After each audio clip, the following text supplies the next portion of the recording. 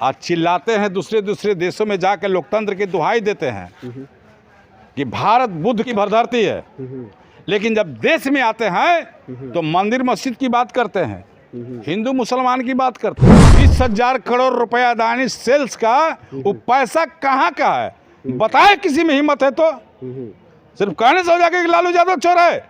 सबसे बड़ा अगर चोर है तो अदानी ग्रुप का पैसा कौन दिया है, जो छिपा रहा है वो आदमी चोर। रिपोर्ट आया है कि आरबीआई के कितना करोड़ों हजारों करोड़ रुपया 16 को लोग लेकर भाग गया। सरकार के यहाँ रिपोर्ट की गई, लेकिन सरकार कान में तेल डालकर सोई हुई है। जब से राहुल गांधी बोले हैं कि जिनके भी नाम के आगे जो है मोदी सर नेम होता है वो सारे के सारे लोग जो है चोर क्यों होते हैं, इसको लेकर जो है जिस तरीके से राहुल गांधी पर कार्रवाई हुई है और जिस तरीके से उनकी सांसदी को ख़त्म किया गया है और जेल जाने की भी बात की जा रही है, इस मुद्दे पर हमारे साथ बातचीत करने के लिए पटना जिला के आरजेडी के एक कदावर नेता हैं। क्या नाम है सर? रामप्रवेश यादव। क्या कहिएगा राहुल गांधी पर इस तरह के एक्शन को आप किस तरह से देखते हैं? देखिए, एक्शन नहीं है, ये साजिश कही है और बुजदिली कही है।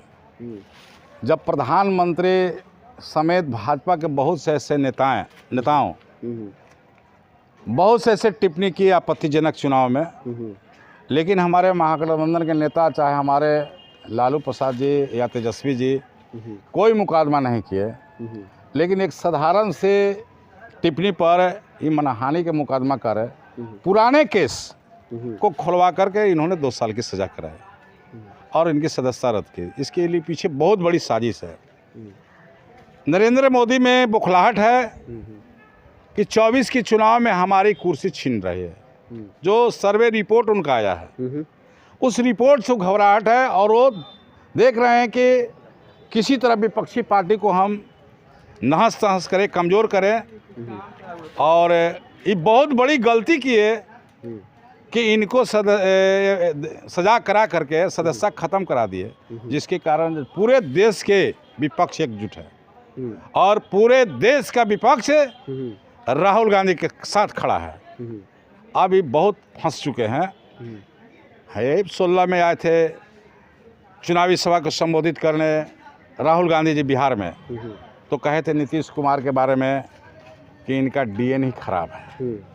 क्या ये गाली नहीं था? बिल्कुल।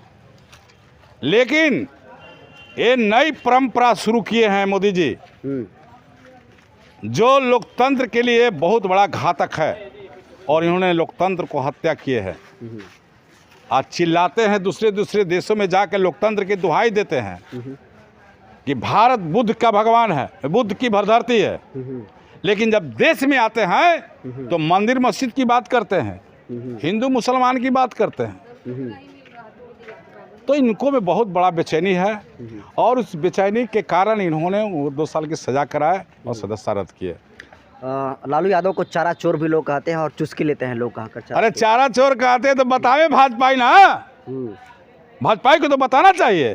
शर्म क्यों लग रही है जब राहुल जी कहें कि 20,000 करोड़ रुपए अदानी सेल्स का वो पैसा कहाँ का है बताए, किसी में हिम्मत है तो। सिर्फ कहने से हो जाएगा कि लालू यादव चोर है। सबसे बड़ा अगर चोर है तो अदानी ग्रुप का पैसा कौन दिया है, जो छिपा रहा है वो आदमी चोर है। बताएं तो जनता के। राहुल गांधी को पीछे यही बहुत बड़ी साजिश है कि राहुल गांधी ने सदन में कहा कि 20,000 करोड़ रुपया किसका है, प्रधानमंत्री जी बताएं, और अडानी और मोदी में क्या संबंध है इसको बताएं। लेकिन उनकी बौखलाहट बढ़ गई कि अब तो हम फंस रहे हैं। इसके चलते राताराती केस को खुलवा करके इन्होंने 1 सप्ताह के अंदर सजा करके उनकी सदस्यता को खत्म कर दिया। अच्छा, कार्रवाई क्यों नहीं होती है? जो देश का पैसा लेकर बाहर चले जाते हैं उसमें कार्रवाई नहीं होती है, खासकर जो मोदी सरनेम वाले व्यक्ति हैं उन पर। तो कार्रवाई इसलिए नहीं होती है कि ये तो पूंजीपतियों की सरकार है ना, गरीब गुरुओं की सरकार नहीं है, पूंजीपतियों की सरकार है। अगर गरीब गुरुओं की सरकार रहती तो इन्होंने कहा था कि हम काला धन लाएंगे और गरीबों के खाता में 15 लाख रुपया देंगे। क्या 15 लाख आया देश? एकदम नहीं आया। तो ये पूंजीपतियों की सरकार है और ये कारपोरेट घराने पर डील होते हैं। तो एक पूंजीपति लेके भागेगा। आरबीआई के कल ही रिपोर्ट आया है कि आरबीआई के कितना करोड़ों हजारों करोड़ रुपया 16 को लोग लेके भाग गया। सरकार के यहाँ रिपोर्ट की गई, लेकिन सरकार कान में तेल डालकर सोई हुई है। वो रिकवरी होना चाहिए था ना, बिल्कुल। तो क्यों नहीं हो रहा है? ये झूठा दिखावा देते हैं कि हम गरीब हैं, हम अति पिछड़ा हैं। अति पिछड़ा हैं या पिछड़ा हैं तो क्या राम गोविंद जी हिंदू और दलित अति पिछड़ा नहीं थे? जब राजस्थान में जब पूजा करे गए थे पुष्कर मंदिर में तो उनको ढुकने नहीं दिया गया था। अखिलेश यादव 17 में।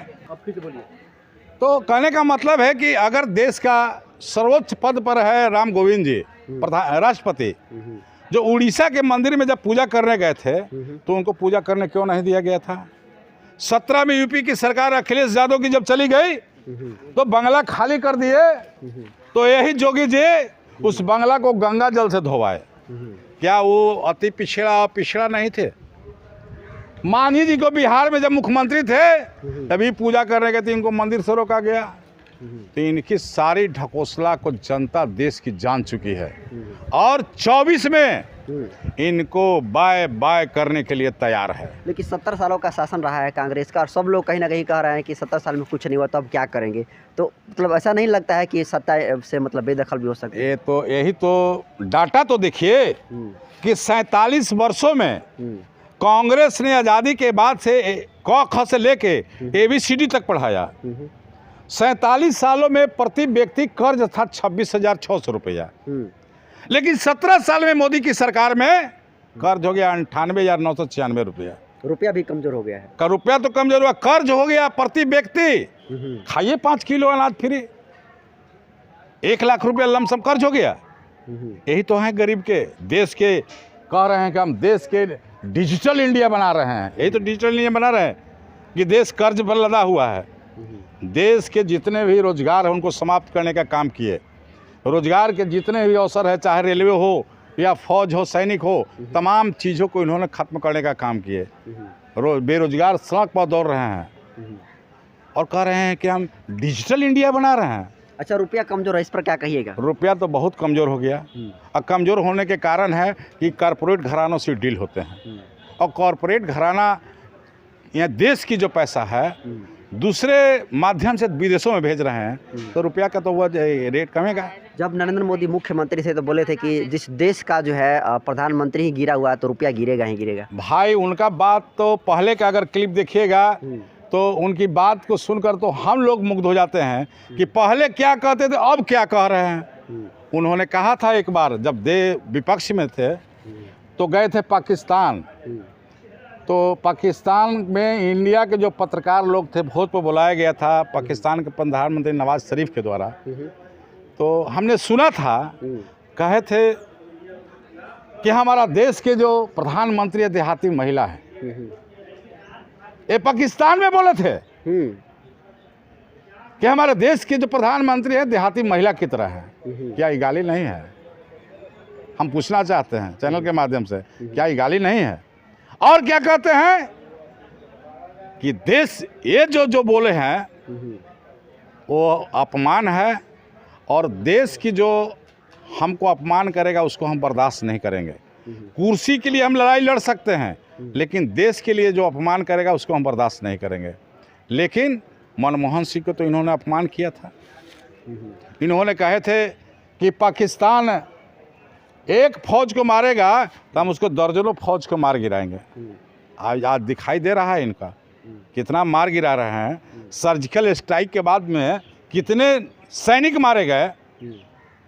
अभी चुनाव से पहले जो जवान शहीद हुए जिस तरीके से, उसका अभी तक खुलासा नहीं हुआ भाई। पुलवामा अटैक का, हाँ, उसको खुलासा होना चाहिए था ना। बिपिन रावत का भी हाँ, खुलासा नहीं हुआ कि उस सबसे सुरक्षित इलाका में आईडेक्स लेके विस्फोटक पदार्थ लेके गाड़ी कैसे घुस गई, इसका भी खुलासा नहीं हुआ। फिर कैसे कहते हैं कि हम देशभक्ति की बात करते हैं? तो लगता है कि 2024 में जाने वाले हैं। इनकी जनता यहाँ के बाय बाय कर चुकी है। चलिए, तो नए चेहरे कौन होंगे आपके हिसाब से? नए चेहरे अब तो तय होगा, महागठबंधन के बहुमत आएंगे, उसमें तय हुआ कि नया चेहरा कौन होगा। चलिए, तो ये थे आरजेडी के नेता जो है किस तरीके से बेबाकी से राय रखे, उसको कैसे देखते हैं कमेंट करना भूलिए। यह वीडियो जो है जनतंत्र के यूट्यूब चैनल पर देख रहे हैं तो चैनल को सब्सक्राइब कर लीजिए, पेज पर देख रहे हैं पेज को फॉलो कर लीजिए। धन्यवाद।